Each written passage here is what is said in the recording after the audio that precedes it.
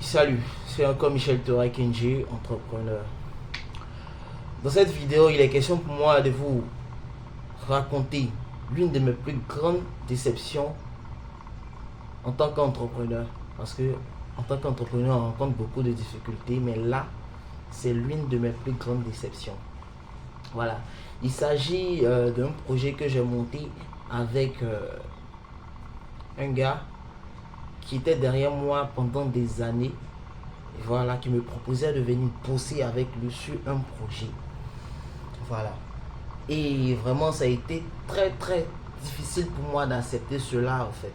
Mais étant passionné de tout ce qui est business et autres, et on venait aussi à peine de quitter du confinement, etc. Et les activités devaient reprendre.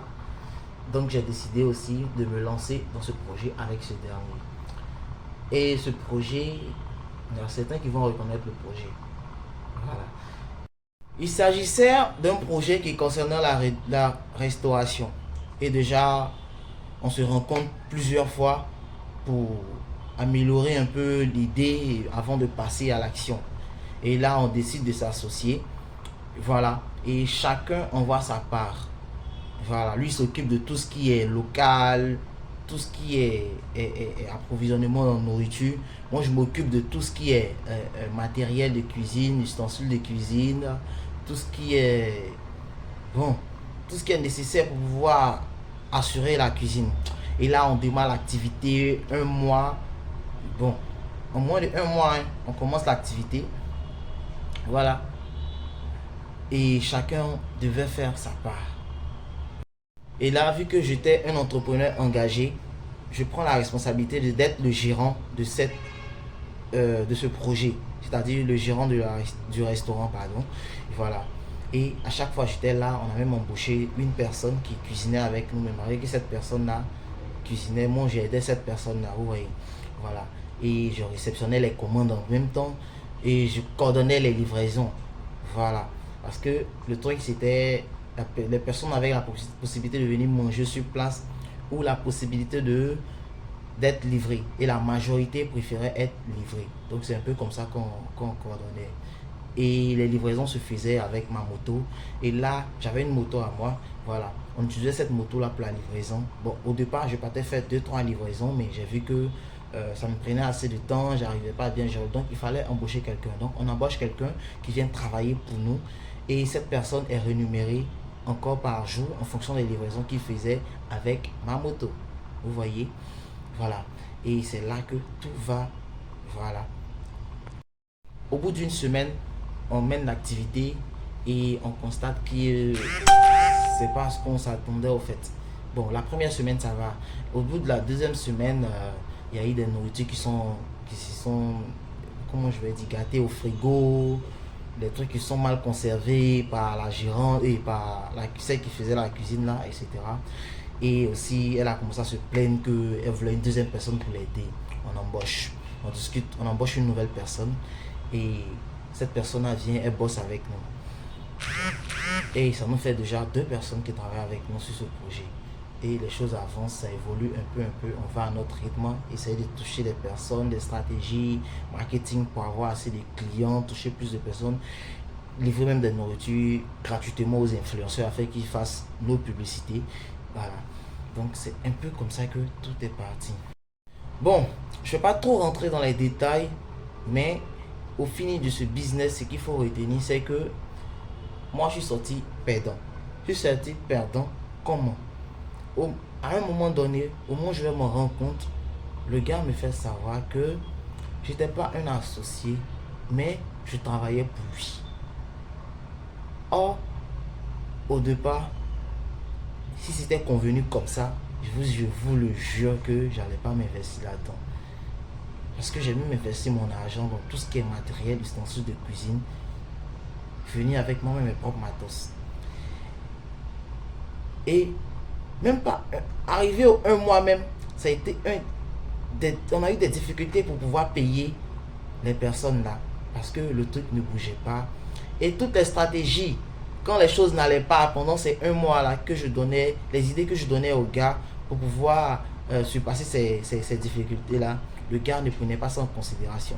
Or, c'est moi le maître du projet, c'est moi qui maîtrise le projet. Donc, tout ce que lui donnait comme idée, il ne considérait pas ça.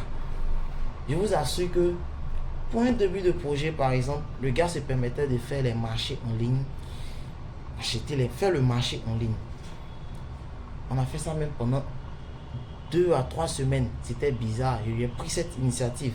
Vu que j'habitais à Djamé, et le restaurant se trouvait à Cocody. Moi, je partais faire le marché chaque matin avec ma moto. Je me réveillais à 6h ou 5h pour faire le marché et j'approvisionne le restaurant chaque matin. Donc, pendant ce temps aussi, il faut dire que c'était très difficile. Je rencontrais des difficultés que je ne pouvais pas dire. Parce que même si je disais, mais ça n'allait pas aller quelque part. Parce que c'est quelque chose que j'aimais, donc je le faisais comme ça. Voilà. Et c'est comme ça que tout est parti. J'ai même fait 2 accidents, 2 à 3 accidents comme ça. Voilà, à cause de ce genre de va-et-vient, faire les achats au matin, venir le stress, la pression, etc.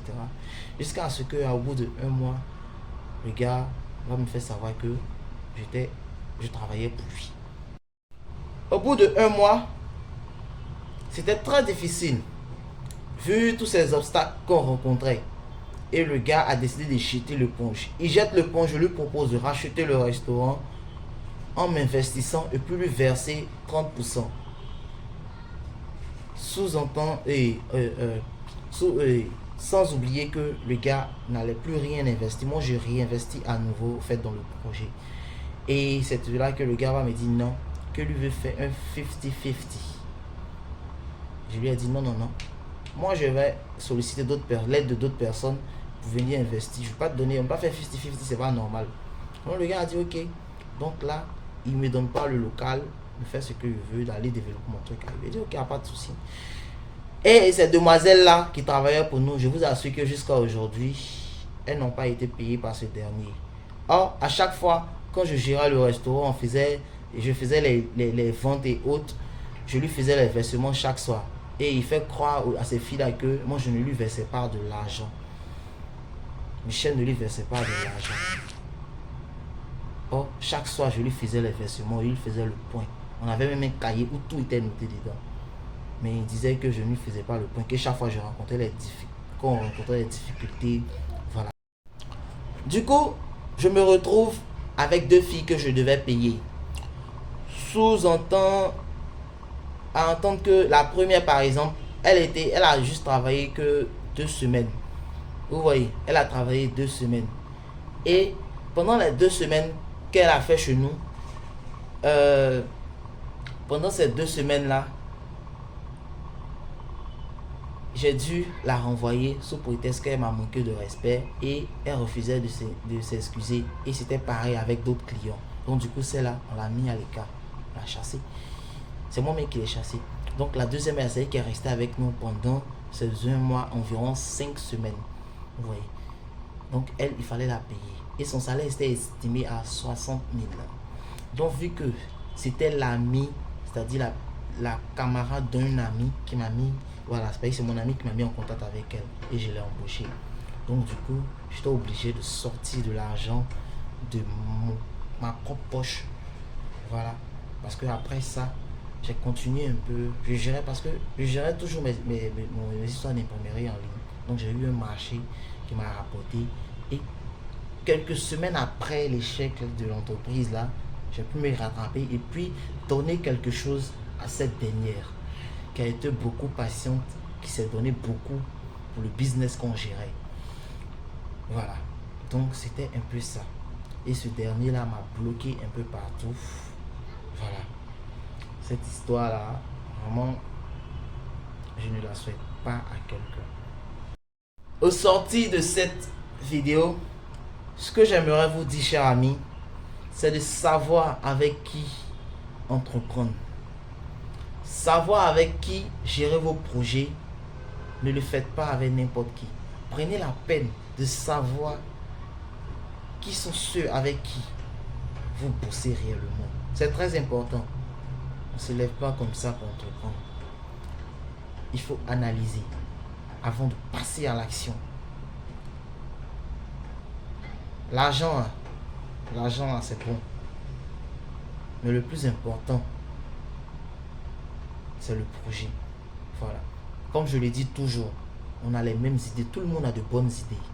Mais ce qui nous différencie, c'est le développement du projet. C'est-à-dire, nous tous, on peut avoir les mêmes idées, on peut développer la même activité. Mais tout ce qui va nous différencier, c'est la manière de faire l'activité, au fait. Voilà.